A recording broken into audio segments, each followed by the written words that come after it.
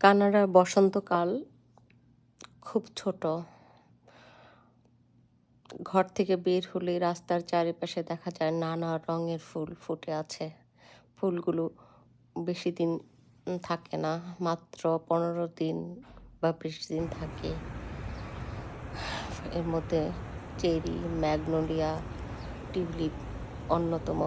এছাড়া রয়েছে নানা রং বেরঙের নাম না জানা অনেক ফুল, যেগুলোর নাম আমি জানি না। আমি প্রতিদিন ঘর থেকে বের হয়ে কাজে যাওয়ার সময় আশেপাশে যত ফুল দেখি আমি দাঁড়াই, আমি ছবি তুলি, ভিডিও করি। তো আজকে আমার তোলা ছবি ভিডিওগুলো সবার সাথে শেয়ার করার জন্য ইউটিউব ভিডিওটা বানালাম। সবাই ভালো থাকবেন, সুন্দর সুন্দর কমেন্ট করবেন। এগুলো দেখতে কি সুন্দর, তাই না?